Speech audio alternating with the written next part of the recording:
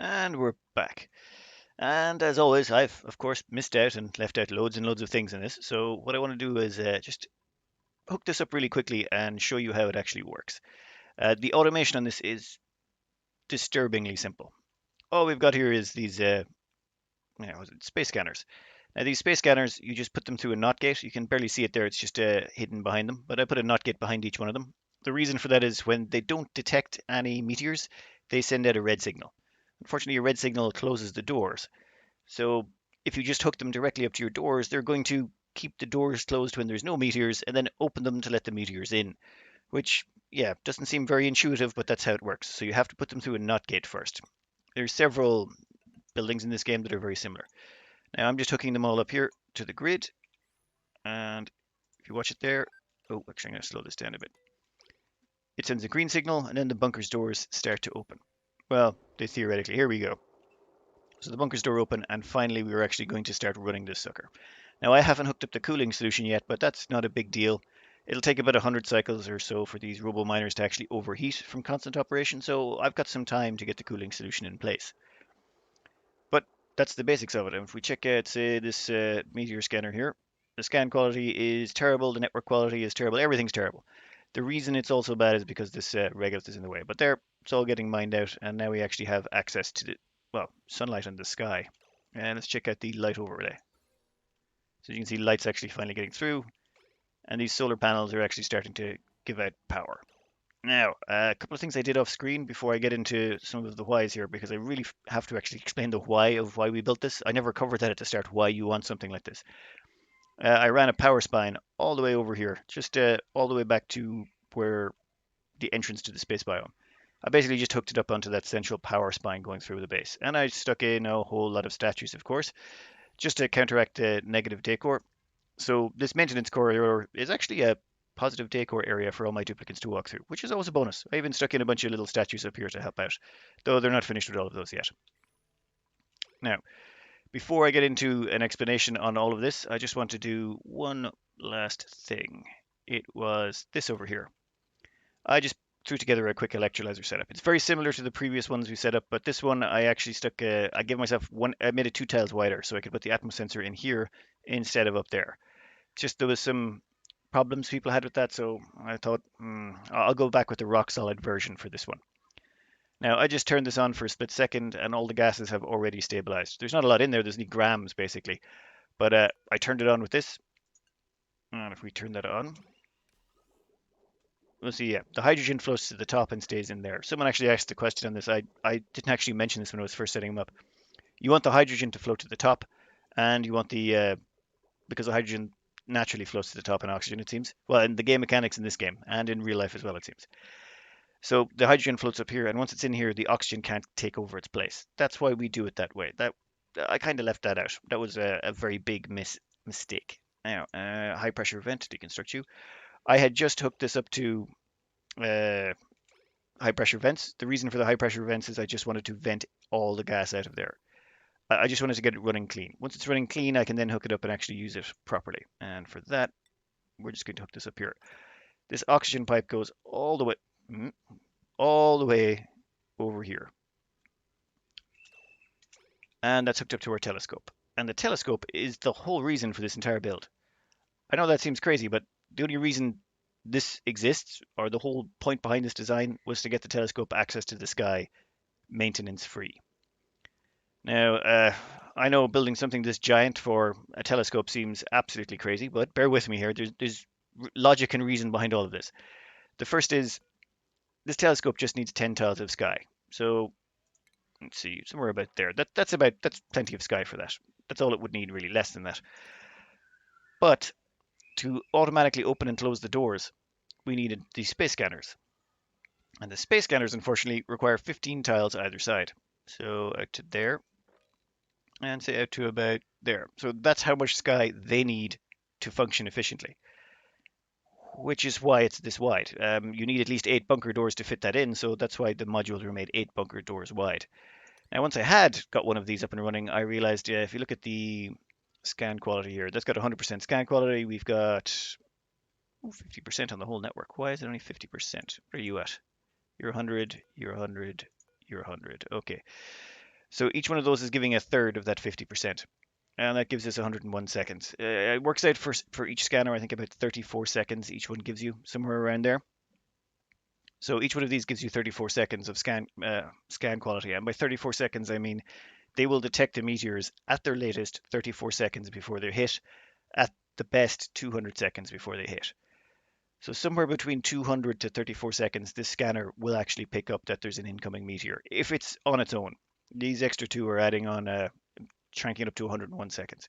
But that's just for design purposes, assume we're only going to get 34 and we've only got one scanner. It takes 38 seconds, I want to say, or is it 36 point? It takes slightly longer anyway for the bunker doors to close.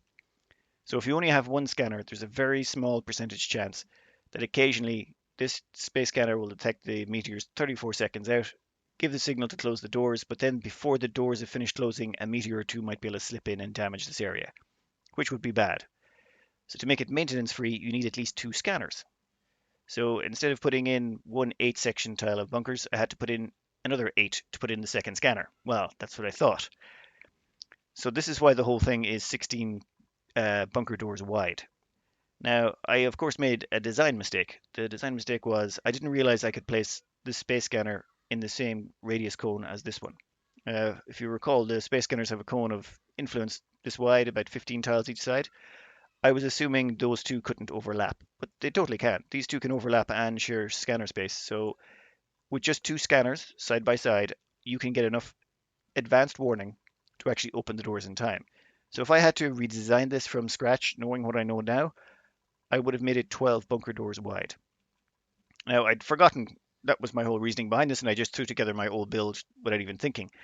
If I had been thinking, though, yeah, 12 bunker doors wide, and then I could have stuck in two scanners, and that would have given me all the quality I needed. Everything else is basically based on that. These mining drills up here to clear the space for it, so you can clear the regolith automatically. All that other stuff is just automated bells and whistles to make sure this is entirely maintenance free. This thing right here just makes sure that this telescope is always accessible, always usable, which is exactly what I want. Now, where is the... Why is this not on yet? Oh yeah, I turned off the power. That would be why that's not on. So put that to below. And let's grab the overlay for a second. Gas. Oh yeah, we're getting rid of that, but the auctions doesn't get up. Did I set those correctly? Oh, I set them to below. We want to set you to above. Ooh. Ooh. Okay, I'm doing this all wrong. We're going to copy settings over here, here, here. Are we still looking? Gases, all perfect. And now we've actually got gas heading out towards or we should have gas heading out towards our telescope. All right, so all of this effort was just to get this telescope up. Making it slightly wider so I can farm the regolith later, that's basically just a little bit of forethought planning. I want to make sure that regolith gets removed. If I let that accumulate, it will eventually tank my frame rate again. The solar panels, they're literally just a bonus. They're so quick to make. I mean, you can throw these together in no time. They're pretty simple. The solar panels are basically just there to take advantage of the sky. I don't need the power. Well, I don't need the power now, but I probably will at some point. So putting them in now doesn't hurt. So that was the whole point behind that build. I kind of completely forgot to mention that at the start. Anyway, this here is going to provide oxygen for the build. The hydrogen from that I'm just dumping into space at the moment. I don't really have a use for the hydrogen over this part of the map. And now what I want to do is I want to put down a steam turbine heat deletion so we can hook it up. Now I was going to skip all of this, but you know what? My dupes are moving quite quickly at the moment. I might as well hammer this out. And I've been kind of enjoying doing all the building. Once I got all the kinks ironed out of the system, made sure everything was up and running, or had my dupes actually moving at speed, it made life so much simpler.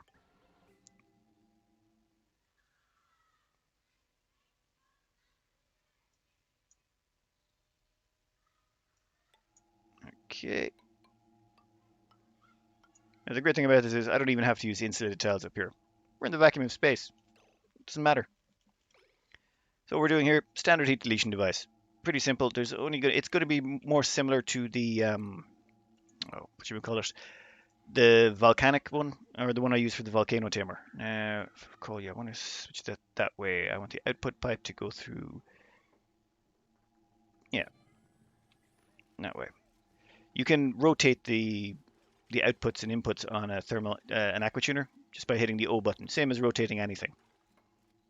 Now, we're also going to want to put in some diamond window tiles right about. Ooh, yeah, that's going to entomb some duplicates, isn't it? All right, you know what? Let's put in a quick ladder scaffold.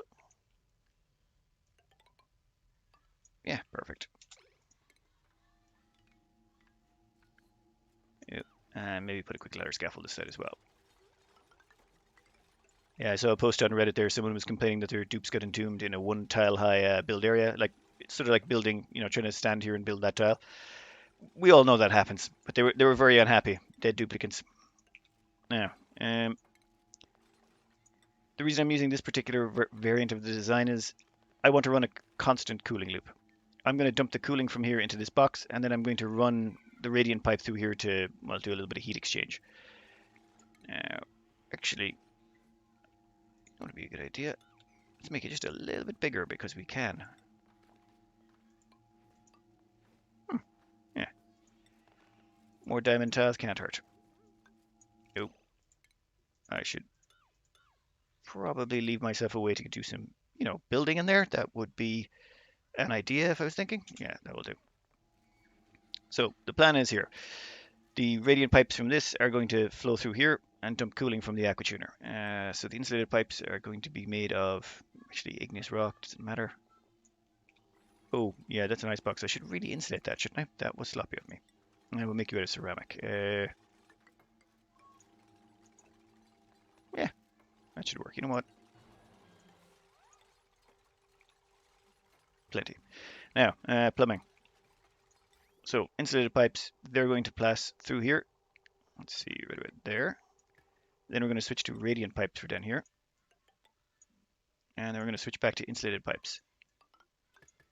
So the liquid's just going to go in here, get spit out nice and cold, pass through the icebox, and right back out again. Same as pretty much all of them. Now, just a few minor quirks I'm going to put in this one. Put that there, and we need one. Actually, no, we don't. We'll just dump the water down here. Ah, I'm an idiot. You know what? I can make this work. I just realized I've got to dump the liquid output in here as well. So, yeah. I'll dump it right there, right beside the temperature shift plate. Why can't I place that there? Oh, yeah, that would be on the end of that. You can't place a vent on the end of a bridge for some reason. I suppose it makes sense. So in that case, I'm going to want to get the vent right there, right beside the thermal shift plate, get the liquid pipe. We're going to go with insulated liquid pipe for this. Igneous rock. Yeah, actually, igneous rock's fine. And just bring it right down there and dump it in. Insulated pipe at this end. We're going to use, actually, it doesn't matter if it's insulated. And actually, no, it does matter. I want to make sure the water doesn't boil just before it gets to the vent. There we go. Now, this gives us a nice little icebox, and what I'm going to do is run the piping through here because we want a constant cooling loop. You notice my cooling loop from this is not passing through the steam turbine area. Normally, I'd have the cooling loop from this passing through there, but since we're going to be using a continuous flow loop, I'm actually just going to run the continuous flow loop through there. And by that, I mean, let's grab some radiant pipe here. And then for the rest of it, we'll just go with regular pipe. This is space, so we don't really care if it dumps out chill or not. It won't really make much of a difference. Obsidian, yeah, I got plenty of this stuff. Yeah, just hop that over there. Ooh, I made a mistake. I'm going to have to put an atmosphere in here just so that there's something to actually soak up the heat. And let's see. Ooh, radiant pipe through there. Quick bridge across. Another lump of radiant pipe. And then right back out again. And we'll just use insulated pipe. Actually, regular pipe is fine up in space because it's in a complete vacuum. That's going to go out that way. Now this is actually going to go all the way out, rotate around, and then have to come all the way back down. So I should probably plan out the return loop as well at the same time. For the return loop, we'll say run it through here and here. Oh, wait, nope. I don't want to be running them through too many tiles. They'll end up chilling everything down. It's not a big deal, it's just standards. So yeah, this will be our cooling loop, our constant cooling loop. And that will make sure that the chill that ends up in this icebox will also end up in there. Now, what's that insulated tile? We're going to cancel that. I do need access to that area. What? Why is that not cancelled? You know what? I'm not going to care too much just yet. Automation wise, plumbing, we want a liquid pipe thermosensor. I'm going to put that one tile away from the end. Yeah, so that means the cooling is going to be coming back in this way. Yeah, I'm just trying to figure out the rotation or which direction it's going to be going. So I'm pretty sure that the hot water is going to be coming back this direction, or the hot liquid, and it'll come in here and then go back out and get cooled down as it passes through there. Now for this, we're going to want, yeah, that's another thing I have to do. I need to put in a temperature shift plate. One of those there should be fine. And for this, we're just going to grab some basic igneous rock. It's fine. Yeah. God, this is pretty ugly. Now, we're going to want to dump some atmosphere in here. So for that, I'm just going to use a regular gas vent. No need to get fancy. I'm also going to want to dump liquid in here so that we can fill up the liquid area down here. Oh, I just realized a bunch of things as well.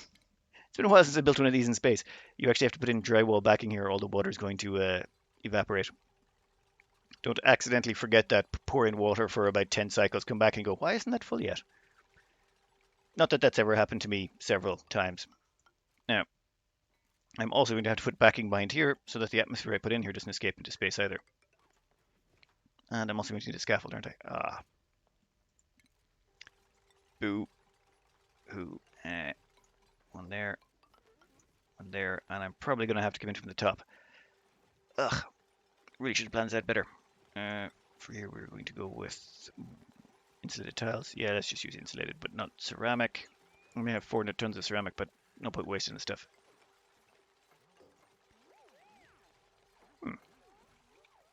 And let's deconstruct a few tiles here to give ourselves access. One there, one there. That should allow us to get most of those top sections. Though I think I'm going to need one more ladder segment to make this work perfectly. Yeah, and that's just the basics of it. I'm going to skip forward in time a bit here. There's no need for you to see the rest of this. But that's just as simple as it gets. Oh, and planets, star map. But what are you even researching, Brains? I don't think I've even scheduled anything for research. I haven't. Okay. Brains, these telescope scanners, sometimes duplicates will just show up to them and start using them, even though there's nothing actually skewed up to be scanned. I don't know. This has been going on for a long time. I haven't been able to figure out why it happens. But this is Brains Doug, and his learning, or their learning, is at 20, which is ridiculous. They'll hammer through the planets in no time. In fact, I'll probably be demolishing this far sooner than I'd like because I'll have actually explored all the planets.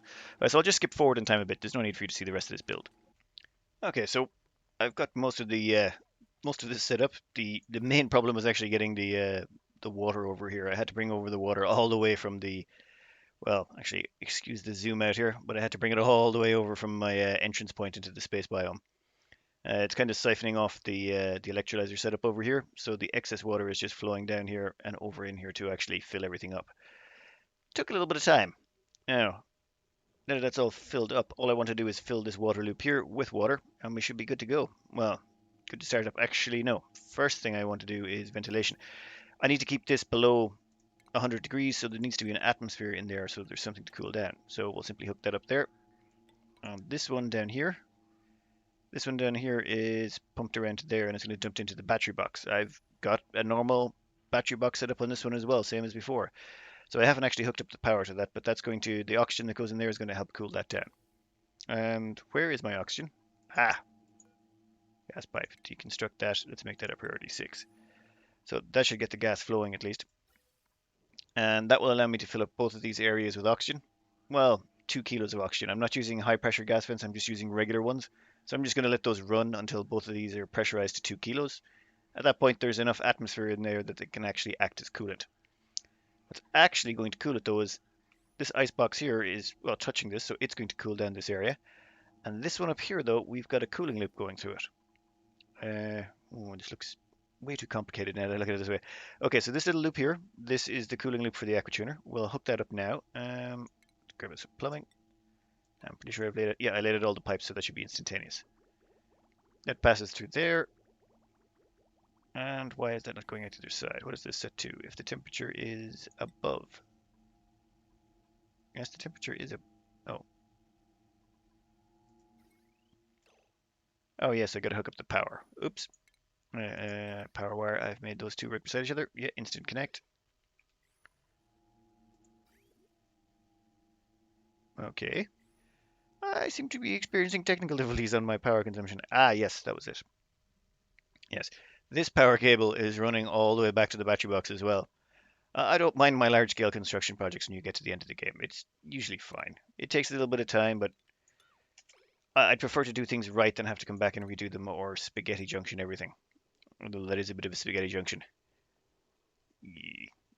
And I've still got several more wires I've got to break off that plug socket. So once these are constructed, I'll just hook that up and then we can get power going to this device. So we've just about got power hooked up. That power is now running all the way along here and over to this. And at the same time, this should have activated the aquatuner, and now our cooling loop is full. Once the cooling loop is full, we deconstruct that. We don't want that getting in the way. We're looking down here for gas pressure. I think we got 2 kilos in both, do we? Oh, can't see there. Yeah, 2 kilos. So we got 2 kilos of gas pressure in both of those. That means we've got the necessary pressure we don't actually care anymore, so I am going to rip out these pipes. Don't need them anymore. A little bit of oxygen is going to escape, but I'm not going to cry over that.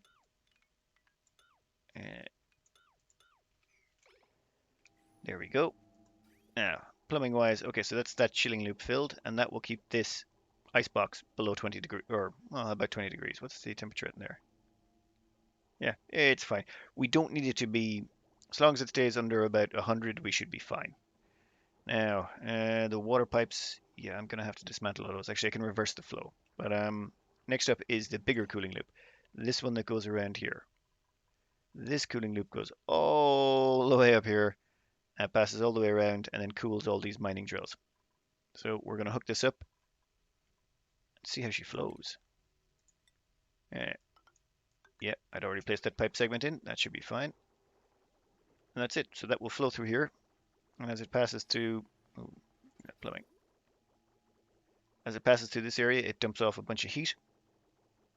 These diamond tiles, excellent conductors, and also as well as that, there's a temperature shift plate right there in the center, and it's actually there's a diamond temperature shift plate right back there, or the temp shift plate at a diamond, so that's spreading out the chill amongst all those diamond tiles.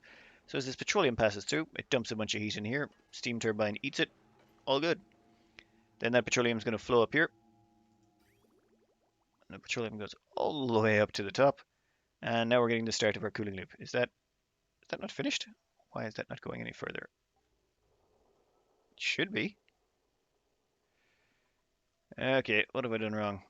Okay, that goes in there, goes out there. Have I placed the bridge? I placed the bridge the wrong way on this end. That's right. Yep, didn't plan that ahead, well ahead enough.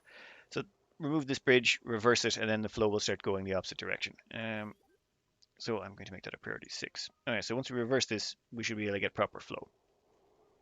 Alright, so we've got the plumbing in place. The petroleum should start to flow here. It should flow all the way around and then back down. So I'm just going to keep the petroleum hooked up until this whole loop is filled. In fact, I'll probably just leave this petroleum there. At some point, I'm going to be expanding this cooling loop, and when I do, I'm going to need to dump more petroleum into it. But that basically stays there, keeps filling it up. And how's the water in here looking? It's getting slowly warmer and warmer, but eventually that will fill up too. Now over here, I'm just building a quick battery box to plug into the solar. Once you've got this much solar up, I might as well take advantage of it.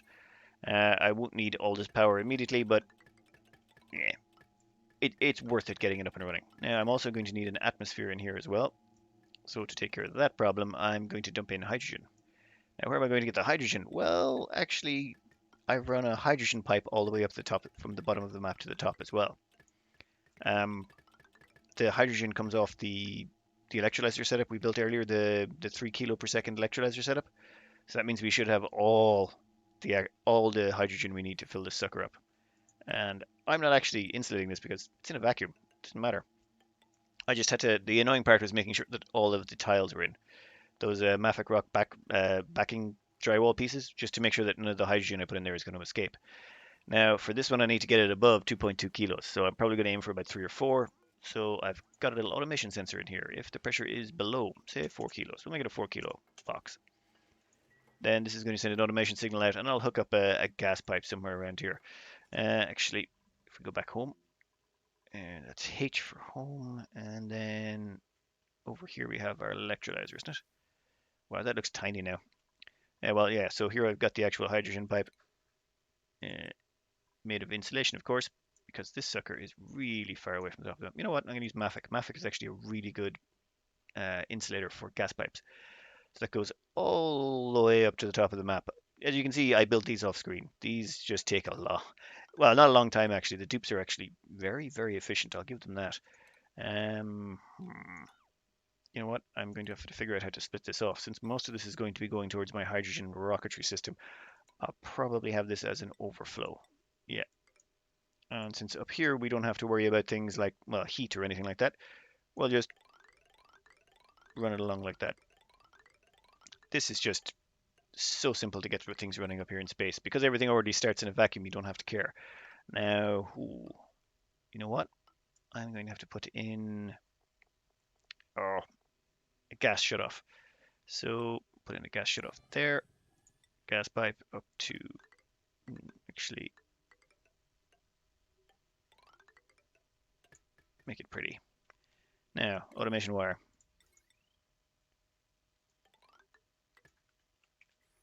So this will allow me to fill this whole area up. And for the time being, we're going to place this, yes, gas pressures above. I don't want to start dumping hydrogen in there until I've sealed the whole box in, because I have to seal it up. But once that's done, that's, well, basically telescope's finished. All of this, the cooling loop, even the solar in a sort of a roundabout way, is all related to just getting this telescope up and running. A telescope which I haven't been really using as much as I should, but I can stay ahead of any planets I'm going to be exploring anyway. I think it's a 3-day round trip to the closest planet, so I think I'll remember to study the next planet while I'm waiting. Now, I'll show you me firing this up, but one thing I want to point out is these flower pots here, I've set them to hold wart seeds, and I've set them to priority 9. What I'm doing here is any wart seeds that are at the map, I usually just dump them into a bunch of flower pots. There's usually somewhere that's going to want it. So all I do is that then when I need them, I just deconstruct the pots. These will get deconstructed, and then those wheezeworts will fall on the ground and they'll get dumped off into the new places I want them. I probably should have put a few more in here, actually. Yeah, that polluted water is not freezing anytime soon, is it? The ice, on the other hand, is doing quite nicely. But hopefully, eventually, this whole room will freeze back up again. Though I might have to. I don't want to open that door. If I open that door, all that polluted water is coming out. I don't want to deal with that. So anyway, I'll probably just fast forward this until we're ready to fill up the box. I'll just show you how the basic automation works on this. This is just a very simple solution. This much power supply, this solar is basically going to be dumped in on top of all the power I've currently got, and I'm pretty sure my batteries right now are already flat out. So just storing all this excess power just means if I do ever get a large power draw demand for a few cycles, I will definitely be able to cover it. Okay, back to you in a minute. Now on this I made just a little bit of prep work to make sure I could turn this on without too much issues. For one, I've not actually hooked up the batteries yet.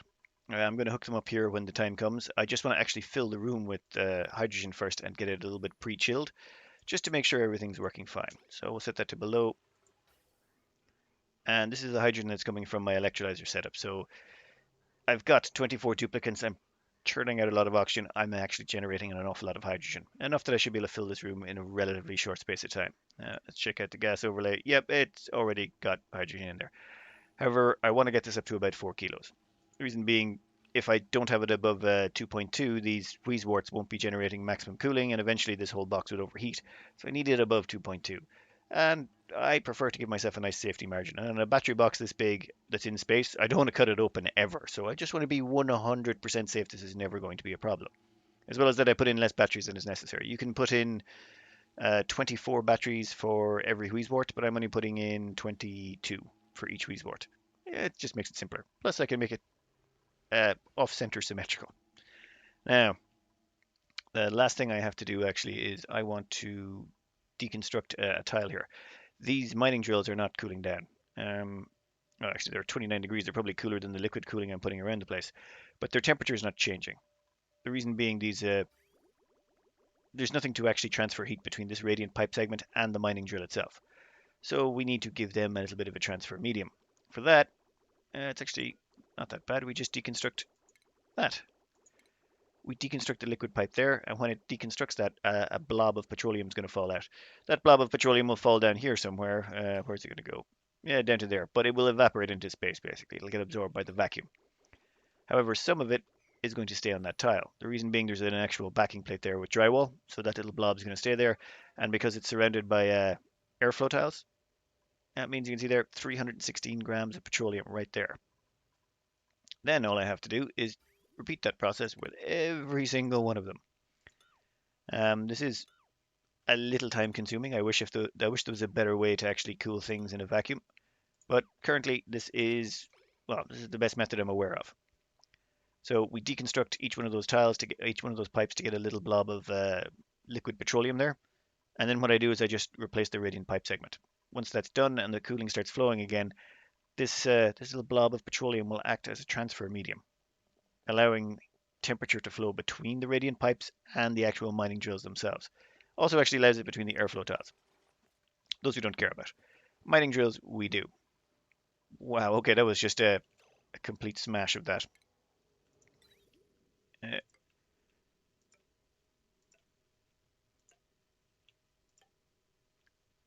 Uh, Dupes, let's see if you can smash replace it. Now,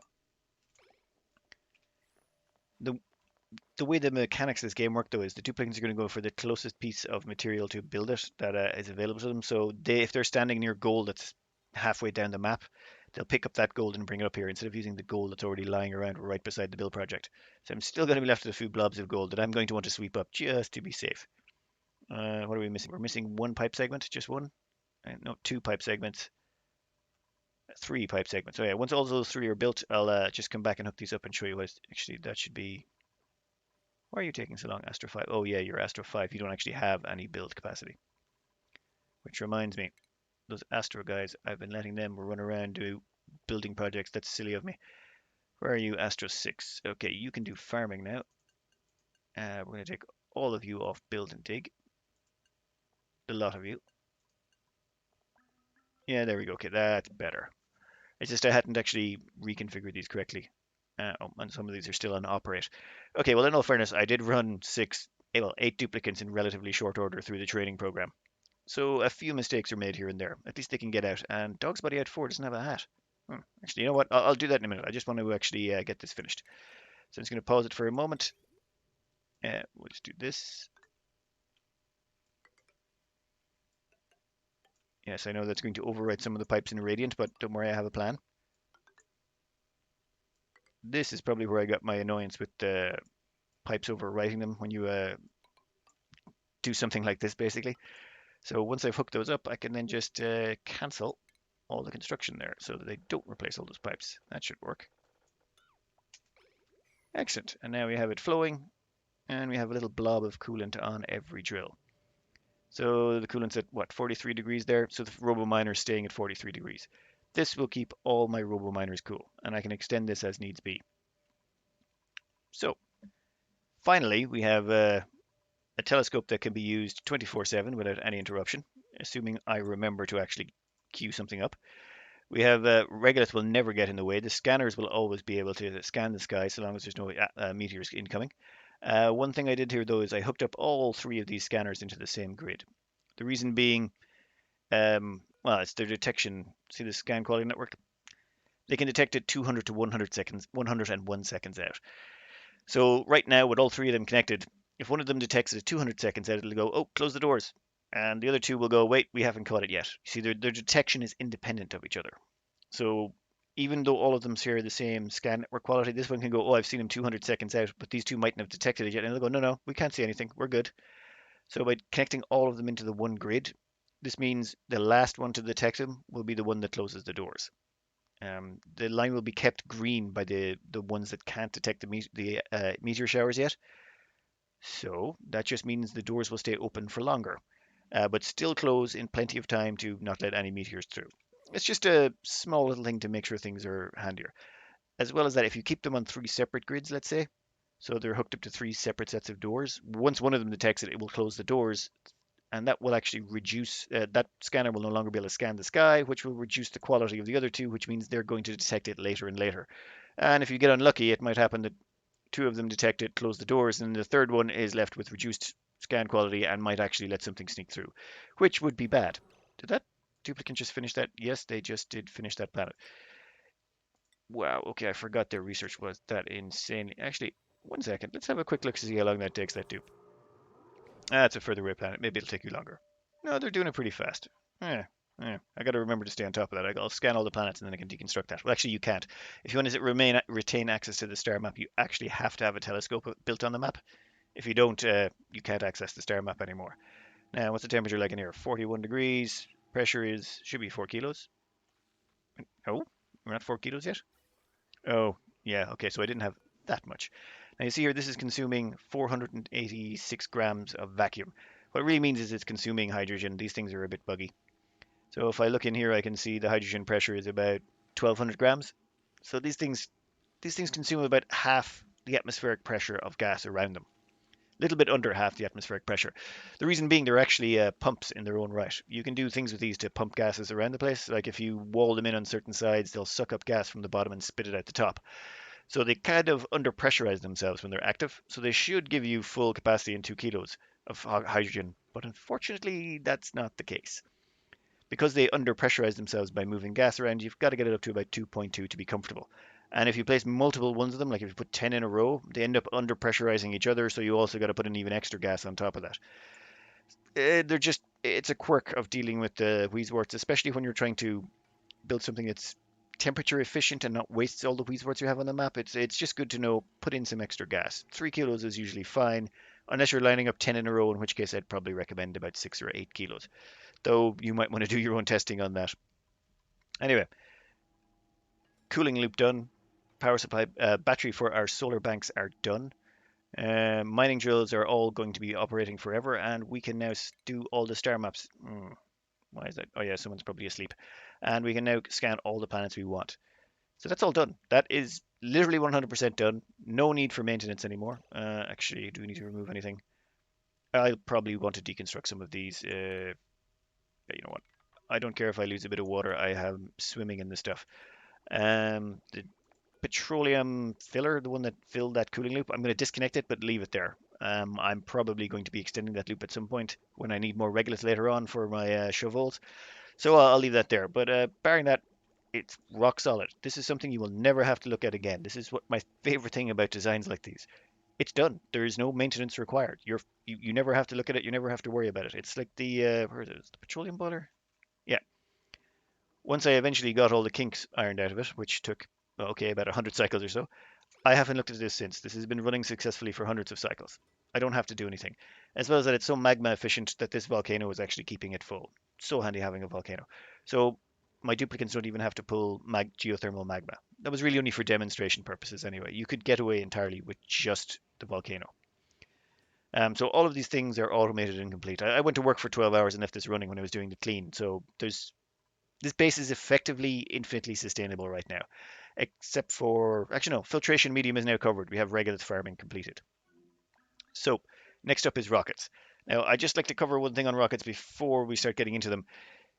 You don't need them. Um, I know that sounds bad, but right now we're completely sustainable. The only reason we would go to space is to get thermium, niobium, supercoolant, and we don't actually need any of those. We don't actually need them to do anything. Our builds are all complete. Everything is maintenance free. These are basically just sugar on top. But you know what? I want to build rockets. That's the thing. I do want to actually build a rocket silos, and I do want to actually explore space. And I'm going to get some of those materials, and I won't use much of them. I'll use some of them to do the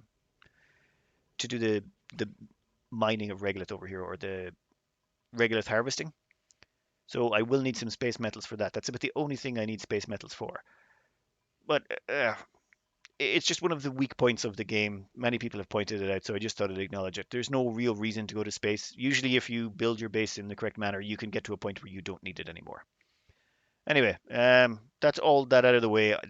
Next episode is definitely going to be just rockets all the way. We're going to try and hammer through Steam, and just we're only going to be launching 2 Steam rockets, and I want to get those hammered out quick because Steam is the worst of the lot of them. Anyway, I hope you enjoyed, and good luck.